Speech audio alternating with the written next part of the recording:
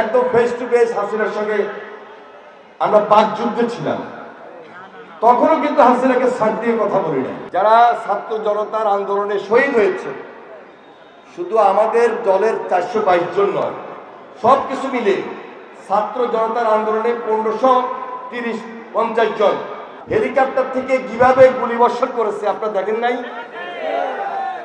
একটা রাজনৈতিক দলের নেত্রী হিসাবে এই সিদ্ধান্ত কি সে দিতে পারে? কিন্তু হাসিনা এই সিদ্ধান্ত দিয়ে এই রক্তের দাগ কিন্তু এখনো শুকায় নাই। ওনার পিতা যেভাবে পালিয়ে গেছেন, উনি যেভাবে পালিয়ে গেছেন, আজকে ওনার ছেলেও নাই, ওনার মেয়েও নাই, পরিবারের সদস্যরাও নাই। নাইটা কেন? লুটপাট এত বেশি করেছে, দুর্নীতি এত বেশি করেছে, এই দেশে থাকার মতো কোনো সুযোগ নাই। শুধু তাই নয়, এরা গুমের সঙ্গে জড়িত ছিল, এরা আয়নাঘর নিয়ে গুম করেছে, এরা খুন করেছে, এরা অত্যাচার করেছে, এরা নির্যাতন করেছে। এই জন্য এদের বিচার চাই, ফাঁসি ফাঁসি ফাঁসি চাই, ফাঁসি ফাঁসি ফাঁসি চাই, বিচার বিচার বিচার চাই।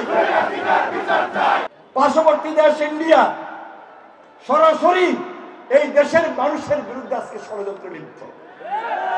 এই দেশের মানুষের সেন্টিমেন্টকে ধারণ করছে না, একটা পার্টিকে তারা আজকে অভয় দিচ্ছে, কিন্তু বাংলাদেশের মানুষকে তারা অভয় দিচ্ছে না, বাংলাদেশের মানুষকে তারা সম্মান করে না। সুতরাং তারা আজকে ষড়যন্ত্রে লিপ্ত। বিএনপির আমরা কয়েকজন কর্মী সজাগ এবং সতর্ক হলে চলবে না, পুরো দেশবাসীকে সজাগ এবং সতর্ক থাকতে হবে। কারণ যে কোনো সময় এরা সবল মারতে পারে, যে কোনো সময় দেশের ক্ষতি করতে পারে। দেশের ক্ষতি করা মানে আমার আপনার ক্ষতি করা।